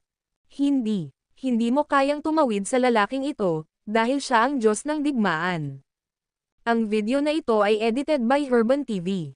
Kabanata 1172. Natigilan ang lahat sa hysterical na sigaw ni Tiffany. Ang daan-daang mandirigma ay tumahimik sa kanilang mga kamay, at ang mga nanunood ay nakatayong naninigas na nakanganga ang mga bibig. Ngumisi ang nakatagong Martin. Lahat kayo nakipagkulitin lang sa maling lalaki.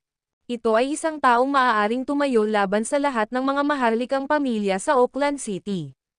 Masasabi lamang ni Martin ang kanyang pagkikita sa taong ito para sa kanyang sariling pag-akyat. Isang buong minuto ang katahimikan. Iyon ang tagal kung saan naroot ang lahat sa lugar. The God of War, napalunok ng malakas ang isang tao.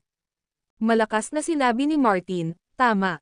Nakatayo sa harap mo ang bato ng Erudia Diyos ng digmaan. Pinupuri ni Martin Preston ang Diyos ng digmaan. Lalagyan ng nobela. Si Tiffany Meyers ay pinupuri ang Diyos ng digmaan. Kasunod ng pagsang-ayon ng dalawang tao, bumagsak si Conrad sa lupa, at si Jerry ay bumagsak muli sa kanyang upuan. Lumuwa ang mga mata ng lahat ng naruroon mula sa halos kanilang mga socket. Walang sino mang maaaring umasa sa Diyos ng digmaan ay si Levi Garrison. Sa katunayan, ang lahat ay lubos na hindi naniniwala. Tumingin sina Jordan at Arvin kay Levi, at pagkatapos ay sa kanilang mga supling bago nila tuluyang naunawaan kung bakit ginawa ni Tiffany ang desisyon na ginawa niya pagkatapos ng kanyang pagbabalik. Kaya hindi nagkataon na nakilala ni na Martin at Tiffany ang Diyos ng digmaan. Sinadya nilang hanapin si Levi. Hindi nakakagulat na pumayag si Levi sa taya laban kay Tyrone. Talagang hindi siya natatakot sa mga garrison. Ngayon naiintindihan ko na kung bakit bumaba si Levi Garrison sa radar. Nagsimula siya sa isang kampanya sa Hilaga para lipulin ang Blood King Palace.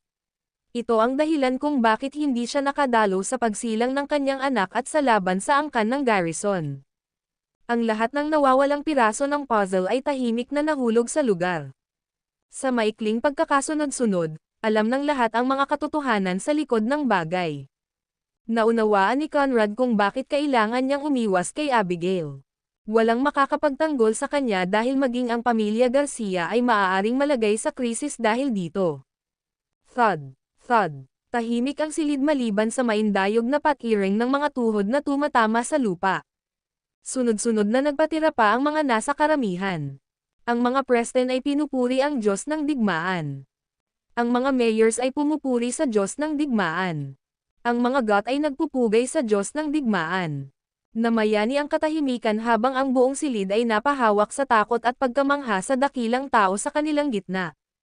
Tanging ang tulala at kaawa-awang si Jerry ang nanatili sa kanyang mga paa. Sa wakas ay naintindihan niya kung anong uri ng paliwanag ang nasa isip ni Levi para kay Zoe nang dalhin siya nito sa Oakland City. Kinilig si Jerry sa sariling kapangahasan na sinusubukang muli ang asawa at anak mula sa mismong Diyos ng digmaan. Anong ginagawa mo? Bakit hindi ka nakaluhod? Ang kanyang pamilya ay sabik na sumenyas sa kanya. Napaluhod si Jerry nang may malakas na kalabog. God of War, nagkamali ako. Hindi ko dapat. Napangiti si Levi, maaaring hindi ka naging gentleman, ngunit ililibre kita bilang pagsasaalang-alang sa iyong pagsisikap na kumbansihin si Zoe at iba pa na pumunta sa Oakland City. Salamat, Diyos ng digmaan. Nagpatira pa si Jerry at paulit-ulit na iniyuko ang kanyang ulo. May mga tuntunin at tradisyon na dapat sundin sa lahat ng bagay. Hindi ba tayo maaaring maging mapangahas na aliwin ang paniwala ng concubinage? Ano ang dahilan kung bakit iniisip ng sino man sa inyo na angkop para sa inyo na kumilos tulad ng ginagawa ng mga araw noong unang panahon? Balang araw, may magpapagaling sa iyong kayabangan. Saway ni Levi. Lalong lumiit si Conrad habang mas lalo pang yumoko bilang paggalang. Hindi na muli, I swear. Kinuha ni Levi si Abigail at lumabas. Ito ang isa sa mga pinakanakapagpatigil na sandali na naranasan ng mga kilalang pamilya ng Oakland City. Naunawaan na nila ngayon kung paano bumagsak ang bahay ni Stuart dahil si Indigo Stuart ay ang Asher Dragon, isang hari ng digmaan. Ang baldado na si Conrad ay tuluyang ibinalik sa mga Garcia. Hindi siya nang ahas na huminga ng isang salita ng katotohanan sa likod ng nangyari. Sino ba ang pumutol sa apo ko? Hinihiling ko na mabigyan ng hustisya. Napaungol si Zed, ang pinuno ng pamilya Garcia. Ang video na ito ay edited by Herban TV. Kabanata 1173. Nasasaktan ang buong pamilya Garcia dahil si Conrad ang apple of their eye. Napakasakit na makita siyang lumpo, lalagyan ng nobela. Lolo, Itay, huwag na nating ituloy ang bagay na ito. Sigaw ni Conrad. Ano, lahat sila ay nakatingin sa kanya nang may pag-aalinlangan na parang wala sa kanya iyon. Noong nakaraan, hindi kailanman kinukonsinti ni Conrad ang kahit na katiting na pagdurusa. Siya ang uri ng paghihiganti sa tribo kung sino man sa kanila ang tumingin sa kanya sa maling paraan. Hindi nila maintindihan ang pagbabagong ito sa kanyang ugali, kahit tungkol sa episode na ito. Titigil ka ba sa pagtatanong at hahayaan mo na lang? Nag-aalalang pakiusap ni Conrad. Paghihiganti. Naghahanap ng paghihiganti sa Diyos ng digmaan. Baliw ka ba? Tumawag lang si Tito Tyrone para magtanong tungkol sa sitwasyon. Masyado siyang nag-aalala. Kahit na ang angkan ni Garrison ay nakatanggap ng balita tungkol sa maling pakikipagsapalaran ni Conrad sa ngayon. Nais ng lahat na malaman kung sino ang may pananagutan at ibinabato ang gauntlet sa mga sinaunang pamilya. Kaya lang, nagmamadaling lumapit si Damian. Sino ang gumawa nito kay Conrad? Nang makita ni Damian ang sorry na kalagayan ni Conrad, dumilim ang mukha niya.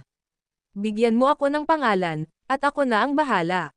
Kahit si Conrad ang nakaranas ng sakit, naramdaman ni Damian ang kahihiyan para sa kanya. Hindi, Damian. Ito ang problema ko. Wala naman akong sinasabi, kaya tigilan mo na ang pagtatanong. Desidido si Conrad na dalhin ang katotohanan sa libingan. Nakita ng lahat na kakaiba ang ugali niyang ito. Hindi lang nila maisip kung ano ang maaaring sumire sa diwa nitong dating ipinagmamalaki na anak ni Garcia. Isang malamig na kislap ang sumilay sa mga mata ni Damian. Bahala ka. Aalamin ko ang sarili ko. Ang hinahanap ni Damian ay kung ano ang interesadong malaman din ng mga sinaunang pamilya ng Oakland City. Nakarating na sa tenga ni Dale ang pangyayari, pati na rin kay Zoe. Si Conrad din ba iyon? Naalala ni Zoe na si Conrad ay naka-crosshair sa isang punto. Gayunpaman, maswerte siyang makatanggap ng napapanahong intervention ni Dale noong panahong iyon.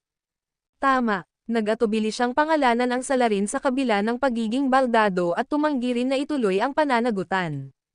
Ito ay ganap na hindi katulad niya talagang kakaiba. Kumunat ang noo ni Dale. That reminds me, Zoe, nakontak ka na ba ni Levi?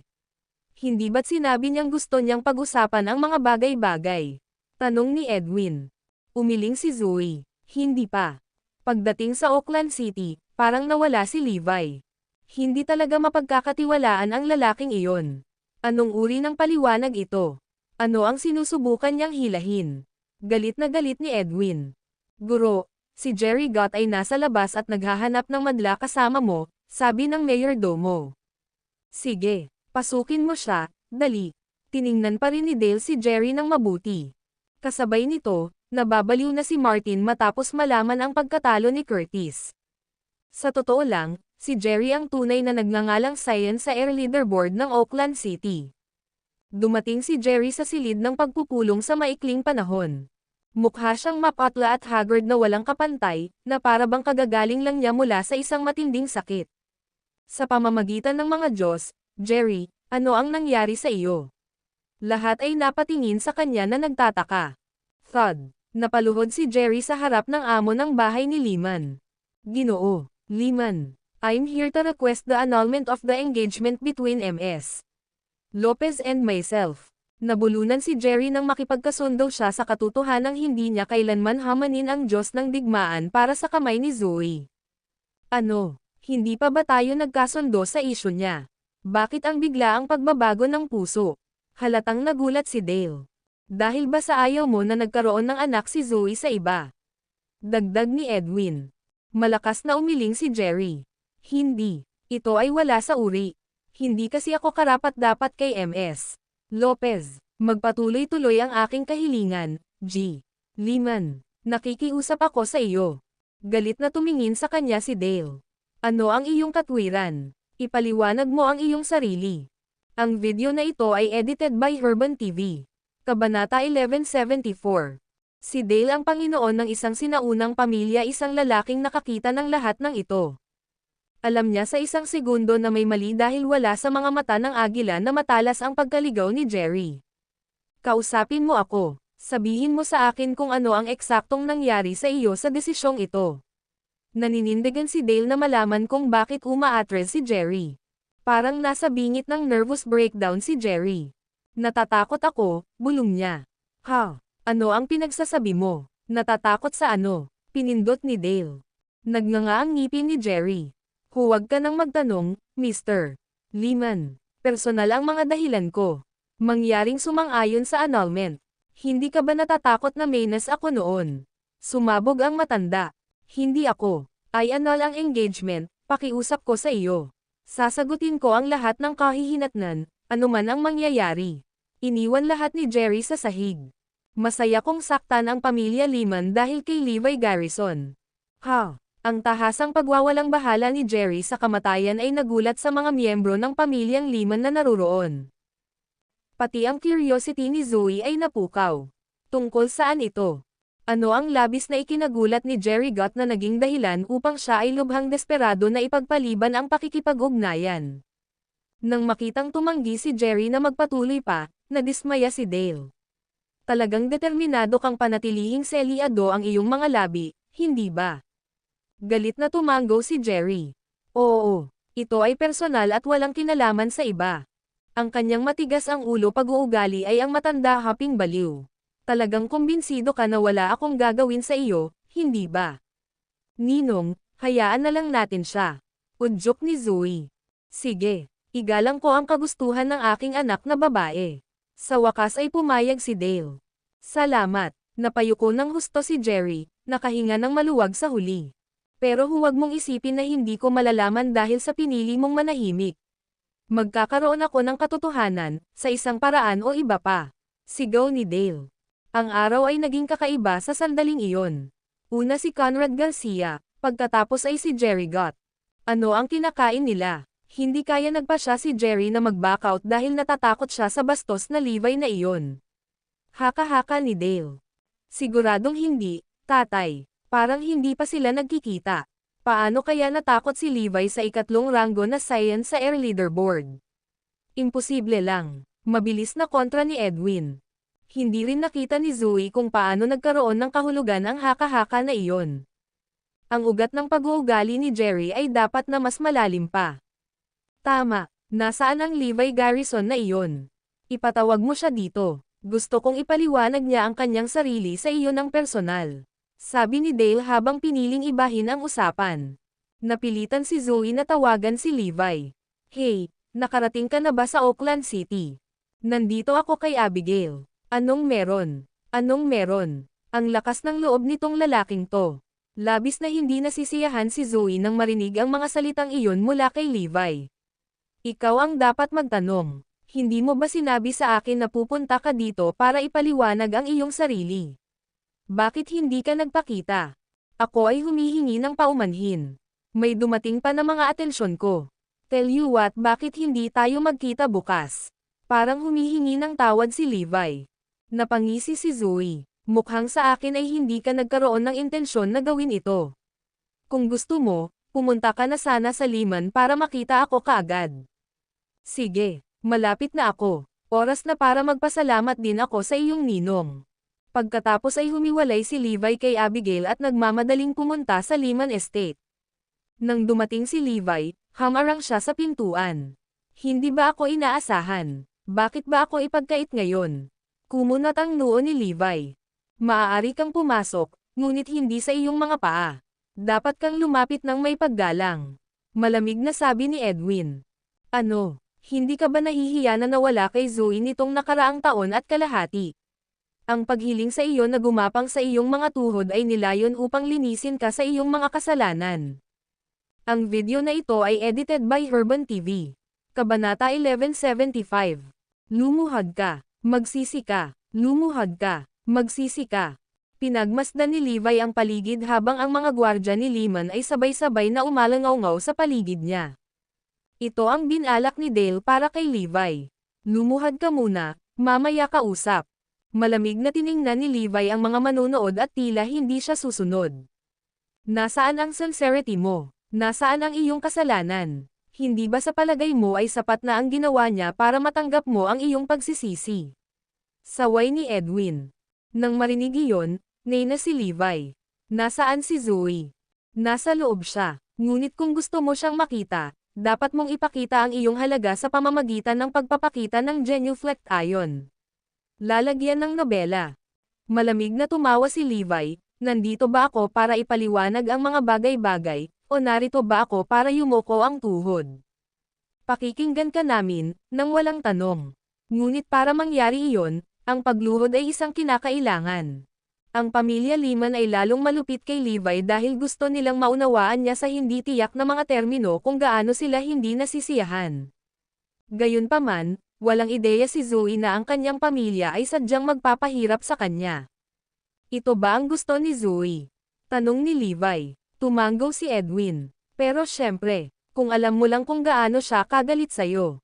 Ngumisi si Levi. Bilang isang taong higit na nakauunawa kay Zoe kaysa sa iba, positibo siya na walang paraan na masangkot siya sa kabiguan na ito. Mabuti kung ganoon. Kung ganoon, dapat ako ang pupunta sa akin, ang pagyuko ng tuhod ay isang imposible. Tumalikod na si Levi para umalis. Hoy, saan sa tingin mo pupunta? Sigaw ni Edwin. Ganon pa man, hindi lumingon kahit kaunti si Levi. Sinadya lamang nilang magpakumbaba sa kanya ng kaunti at hindi inaasahan ang reaksyong ito. Kabastusan. Inis na tumalsik si Edwin. Sa bulwagan ng pamilya Liman. Ha? Nasaan si Levi? Sinabi niya sa akin na siya ay nasa pinto ng 1 minuto ang nakalipas, tanong ni Zoe kay Edwin. Sagot ni Edwin, si itong Levi Garrison ay hindi lalaki. Hulaan mo, Zoe. Nang bigyan ko siya ng kaunting kilati sa labas at magkomento sa kung gaano kahirap ang nangyari para sa iyo, ang batang iyon ay pumutok sa kanyang tuktok. Hindi rin niya dapat ay hindi ka sinsero at walang tiwala sa kanya dahil wala ka doon para sinabihan siya. Pagkatapos noon, kinuwestiyon niya ang pangangailangan niyang magpaliwanag ng kahit ano. Pinalitan mo ang apelyido ng kanyang anak, at hindi siya tumakas ng 1 taon at kalahating oras at lahat ng kalokohan na iyon. Nakipagtalo ako sa kanya tungkol dito, at pagkatapos, nagpasya siyang aalis na siya. Nagdagdag si Edwin ng higit pang mga concoctions sa halo ngunit pinabayaan niyang banggitin kung paano niya sinubukang ipatirapa si Levi. Levi Garrison. Sigaw ni Zoe. Hindi ako makapagdesisyon kung kaninong pangalan ang ipapangalan ng bata. Nakatali ang aking mga kamay habang ipinagbabawal ito ng pamilyang Garrison. Dapat bigyan mo ako ng dahilan para mawala ka sa panahong ito.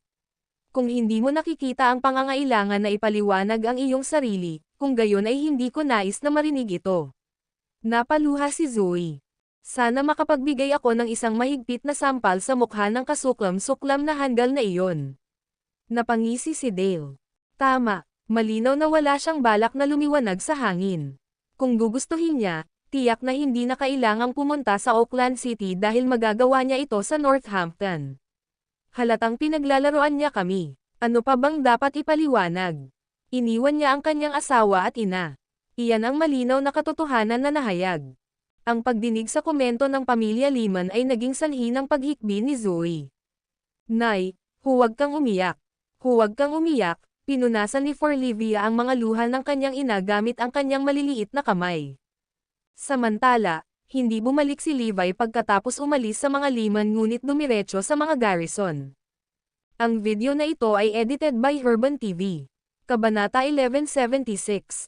Sinasabi na ang Garrison Clan Ancestral Compound ay dating isang maliit na palasyo mahigit 1,000 taon na ang nakalilipas. Ang laki nito ay maihahambing sa isang maliit na bagay.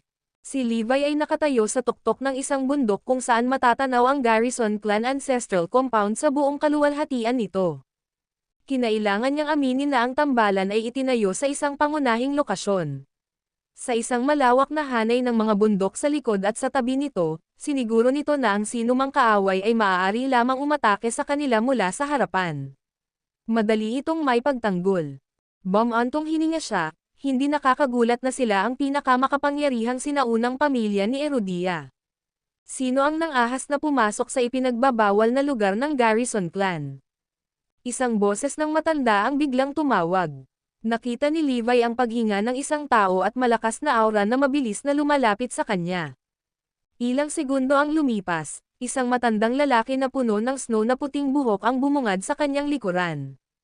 Sa paghusga sa panlabas na anyo ng matanda, nahulaan ni Levi na siya ay nasa pinakamababang 80 hanggang 90 taong gulang. Baka mahigit 100 pa. Ngunit mula sa kanila malapit sa distansya, naramdaman ni Levi kung gaano pa rin kalakas ang pag-agos ng dugo ng matanda sa kanyang mga ugat. Halos marinig niya ang dagandong nito. Nang ipikit ng matanda ang kanyang mga mata, parang mahinang dagandong ng kulog. Siya ay tiyak na isang napakahusay na manlalaban. Sa katunayan, sa tingin ko ay maaaring maging kapantay niya si Blood King at ang kanyang 4 Blood Masters. Siya na siguro ang pinakamatandang tao sa angkan ng Garrison. Sino ka? Hindi ka mukhang isa sa mga miyembro ng Garrison Clan, tanong ng matanda. Ngumisi si Levi at sumagot, hindi ako bahagi ng angkan ng Garrison. Sumigaw ang matandang lalaki, kung gayon umalis ka rito, bata. Hindi ka dapat nandito. Ito ang ipinagbabawal na bakuran ng angkan ng Garrison. Kahit na karamihan sa mga miyembro ng Garrison Clan ay hindi pinapayagan dito. Lalagyan ng nobela. Napatingin sa mga naglalakihang gusali, ngumisi si Levi. Hindi ba ang Garrison Clan Ancestral Compound doon? Don't tell me pag-aari mo rin ang bundok na ito. Ito ay bahagi ng Erudia, isang malayang bansa. Kaya kung pumunta kung saan ko gusto. Kung saan ako pupunta ay wala sa iyo. Galit na galit siya. Katawa-tawa. Ang mga taong ito ay masyadong sanay na kumuha ng kanilang paraan at maging tulad ng mga malupit. Paano maituturing ang buong bulubundukin na ito bilang bahagi ng ipinagbabawal na bakuran ng kanilang angkan? Sumigaw ang matanda, anong kalokohan ang sinasabi mo, bata? Hayaan mo akong maging malinaw sa iyo. Ito ang ipinagbabawal na lupain ng angkan ng Garrison. Walang sino man ang pinapayagang pumasok dito. Ang sino mang gumawa nito ay parurusahan ng kamatayan. Nakangiting sagot ni Levi. O talaga? Well, halatang nakikialam ako dito. Anong gagawin mo? Ikaw ang nagtanong. Angal ng matanda bago itinulak ang palad kay Levi. Mukhang mahina ang welga niya ngunit may undercurrent ng enerhiya dito. Maging ang mga malalaking bato ay madudurog sa ilalim ng lakas ng suntok na ito. Kung ito ay mapunta sa isang tao, ang tao ay ganap na malipol.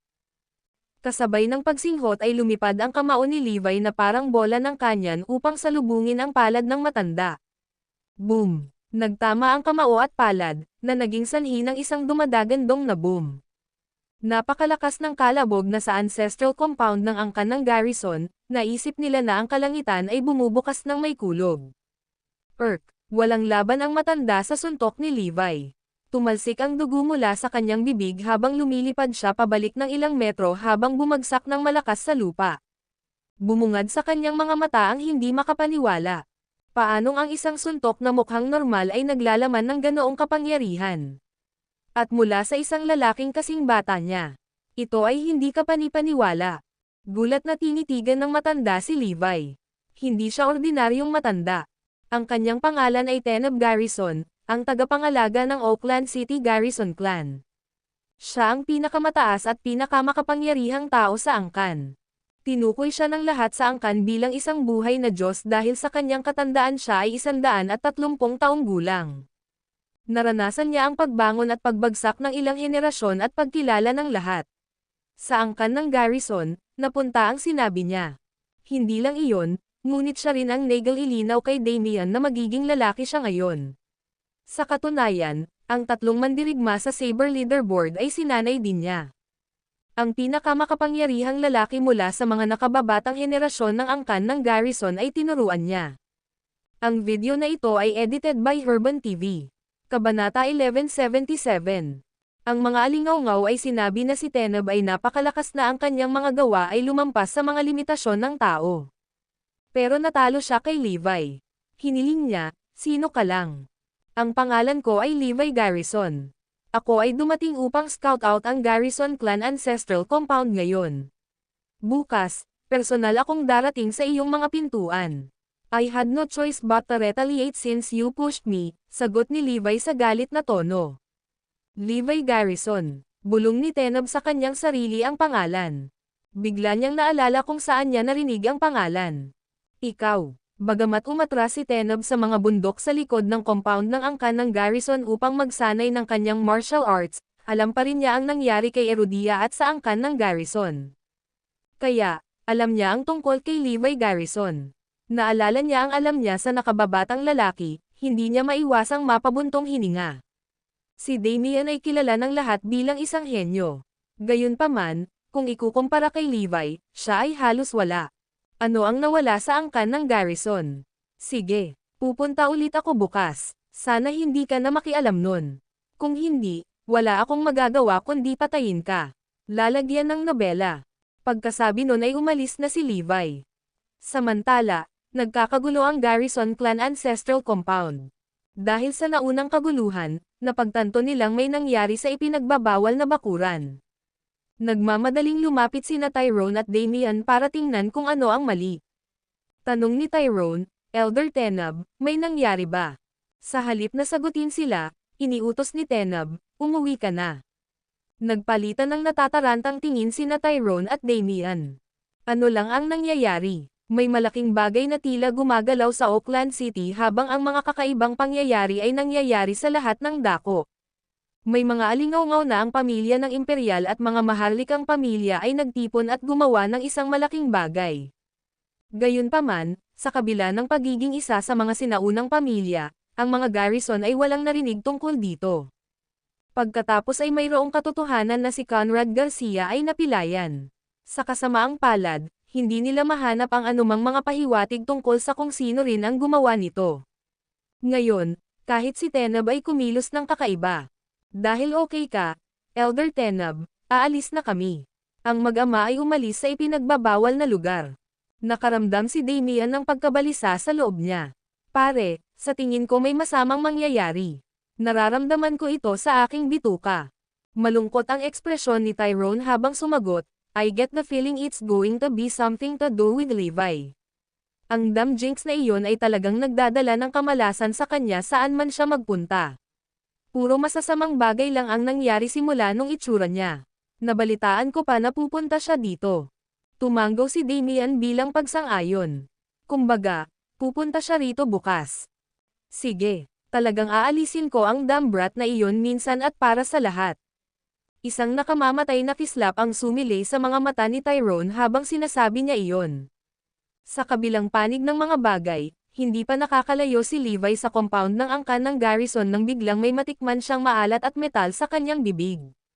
The next thing he knew, tumutulo ang dugo sa gilid ng labi niya. "Nasugatan ako." Hindi niya namalayan na nasaktan siya. Napakalakas talaga ng matandang iyon. Buti na lang at mas malakas lang siya ng konti sa Blood King kaya medyo madali ko pa rin siyang mahawakan. Pero paano ako nasaktan? Pagkaraan ng ilang sandali ng pag-iisip, bumungad sa kanya ang realisasyon. Ang lason ng Blood King. Dapat umarte na naman. Ubo-ubo. Sa sandaling iyon, isang alon ng kahinaan ang dumaan sa kanya, na nag-iwan sa kanya ng labis na panghihina. Mas malala pa ito kaysa sa hit na iyon mula kay Jerry Gott noong nakaraang pagkakataon. Ang naunang pakikipag-away niya sa matandang iyon ay higit pa sa kanyang inaakala. Talagang naglagay siya ng kaunting lakas sa likod ng suntok na iyon. Muli, pilit niyang pinigilan ang toxicity ng lason. Makalipas ang ilang sandali, bumalik sa normal ang kanyang katawan. Dahil ang lason ay tila hindi papasok sinasaktan siya, inalis niya ang bagay na iyon sa kanyang isip. Noong gabing iyon, iniulat ni Kirin sa kanya, "Sir, dumating na sa Oakland City ang mga bagay na hiniling mo. Sige, ihanda mo na ang lahat. Pupunta tayo sa Garrison Clan Ancestral Compound bukas." Kinaumagahan, dinala ni Levi si Emma sa Ancestral Compound ng angkan ng Garrison. Sinigurado rin niyang tawagan si Zoe at ay papapunta rin doon. Sinabi ni Dale sa malamig na boses, "Fine.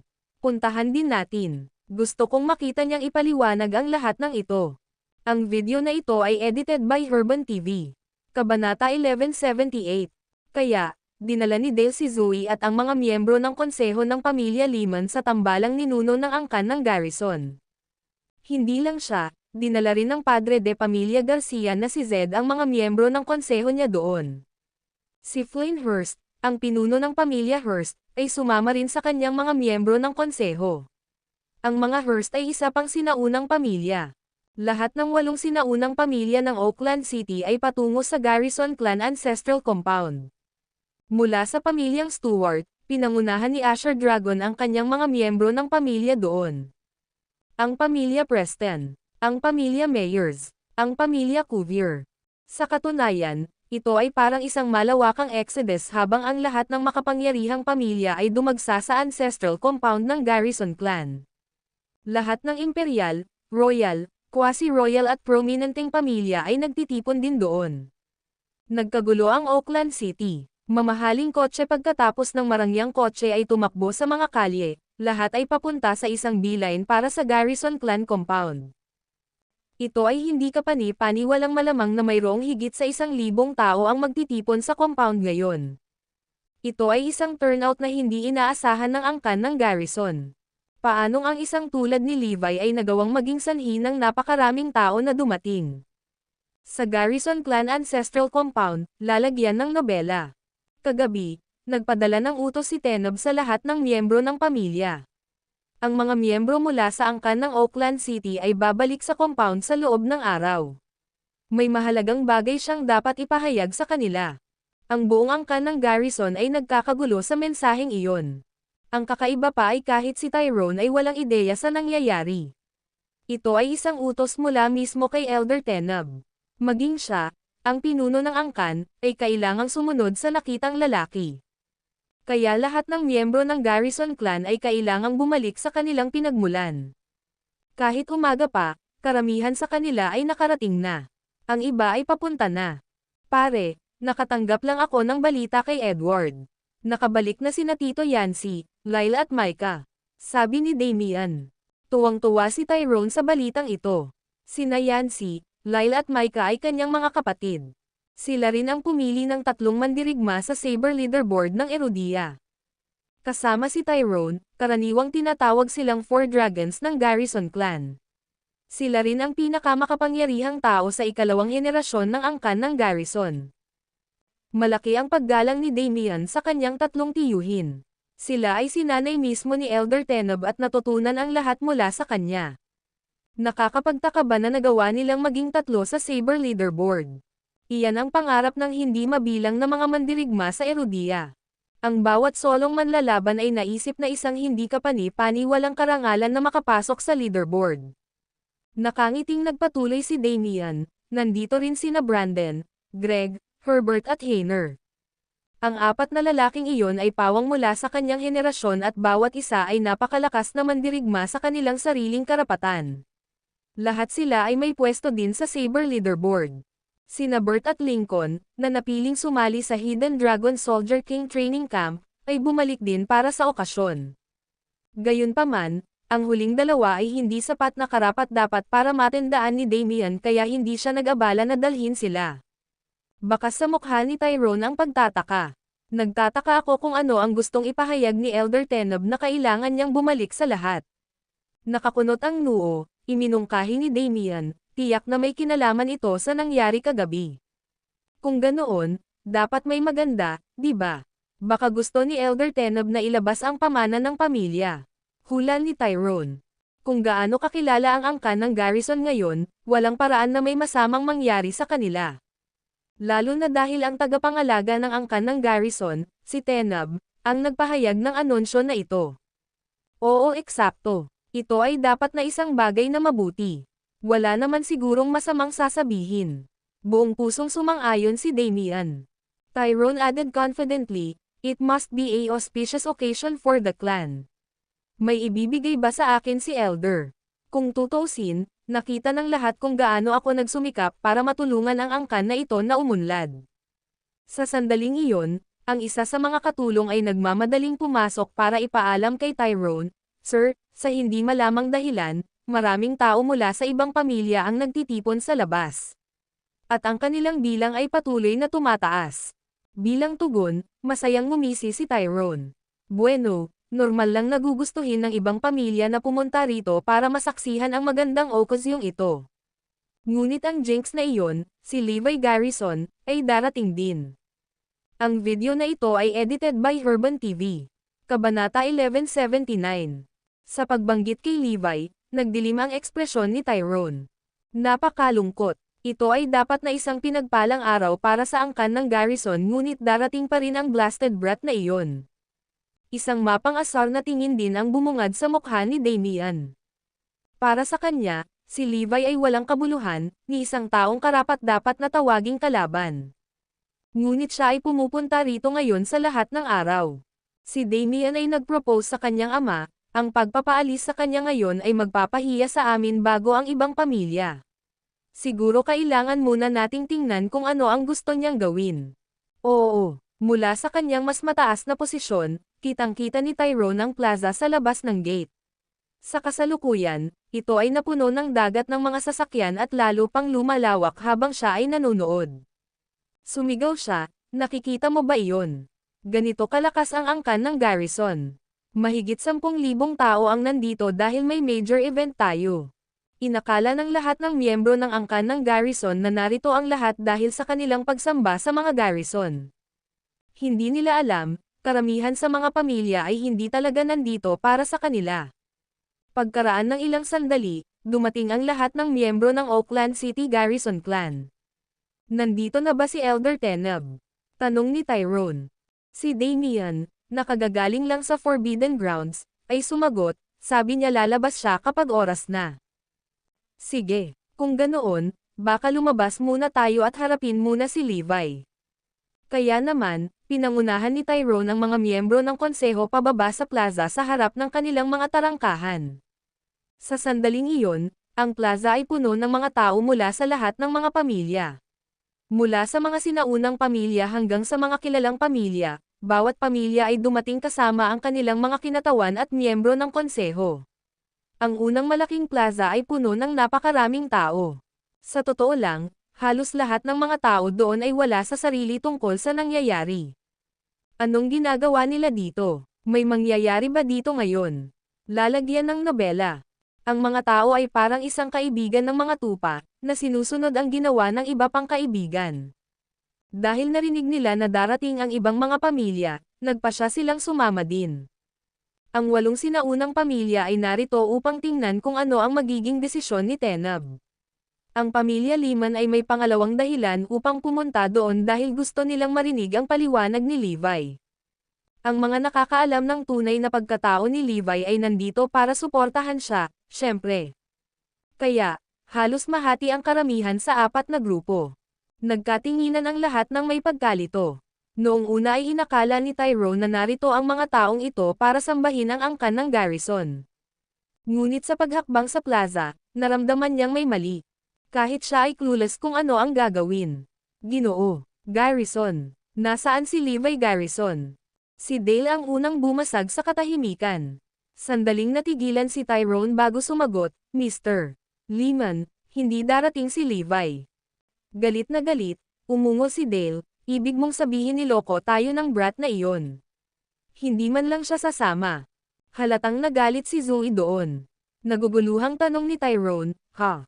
Mr. Lehman, ano ang ibig mong sabihin? Lalo siyang naguluhan. Anong ginagawa ng mga taong ito dito? Hindi niya alam na may kinalaman kay Levi ang anunsyo ni Tenob at iyon ang dahilan kung bakit nandito ang lahat. Sabi ng brat na iyon, bibigyan niya ang aking jowa ng paliwanag ngayon dito sa Garrison Clan Ancestral Compound. Kaya tayo nandito. Pasiga na sagot ni Dale.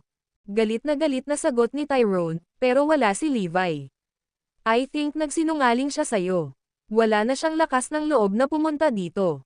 Kung gagawin niya, sisiguraduhin kong hindi siya makakaalis sa lugar na ito ng buhay.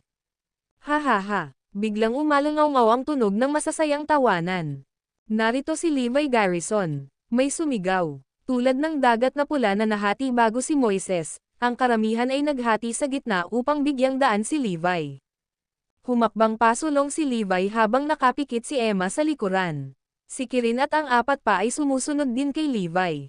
Thud, thud, thud.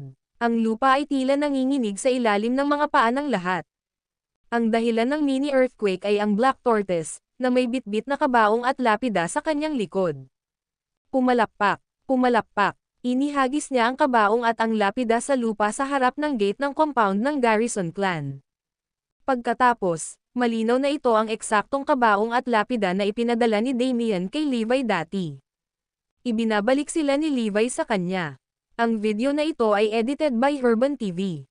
Kabanata 1180. Nagulat ang lahat sa tanawing ito.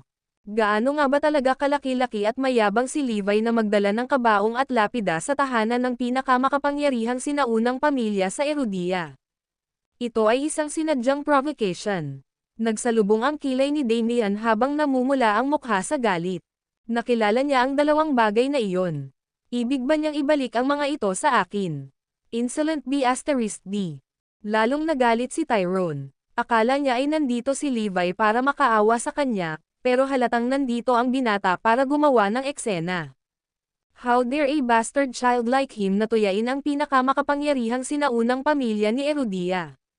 Libo-libong pares ng mga mata ang nakatutok kay Levi. Buong-buo ang emosyon ni Zoe nang makita siyang muli. Kahit na hindi pa siya nakakakuha ng paliwanag mula sa kanya, ang pagpunta niya rito ay nagpatunay na sa kanyang tapang. Wow, ang buhay-buhay dito. Mas siksikan pa kaysa last year noong taya natin. Napatawa si Tyrone habang nagtanong, Levi Garrison, anong ginagawa mo dito? Hindi sinagot ni Levi ang lalaki. Sa halip, lumingon siya sa kanyang ina at sinabing, Nay, dinala kita dito ngayon para makakuha ka ng paliwanag mula kay Tyrone at sa angkan ni Garrison. Tanungin mo sila kung bakit kanila iniwan noon. Napailing si Emma sa sinabi ng anak bago kinilig. Nanginginig ang mga mata niya sa luha habang naglalaro sa mukha niya ang iba't ibang emosyon. Dumating na rin sa wakas ang araw na hinihiling at ipinagdarasal niya sa loob ng maraming taon. Sunod-sunod na nilinggan ni Levi si Zoe. Zoe, pangako bibigyan kita ng kasiya siyang paliwanag ngayon. Tiyak na hindi ako magiging katulad ni Tyrone Garrison at pababayaan ang aking asawa at anak. Levi, mahinang bulong ni Zoe habang tahimik na tumutulo ang mga luha sa kanyang pisngi. Sa wakas, itinoon ni Levi ang tingin kina Tyrone at Damien.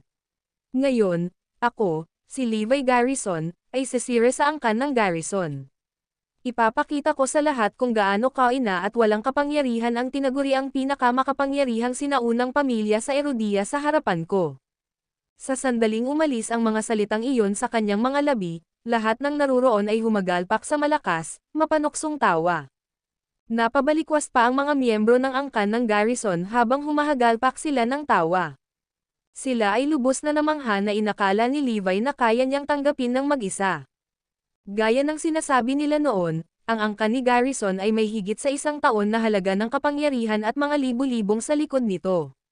Nakarating ito sa posisyon nito ngayon dahil sa mga henerasyong hindi nagsusumikap. Posible kayang matalo sila ni Levi. Lalagyan ng nobela. Nagkaroon ng maliit na pagkakataon.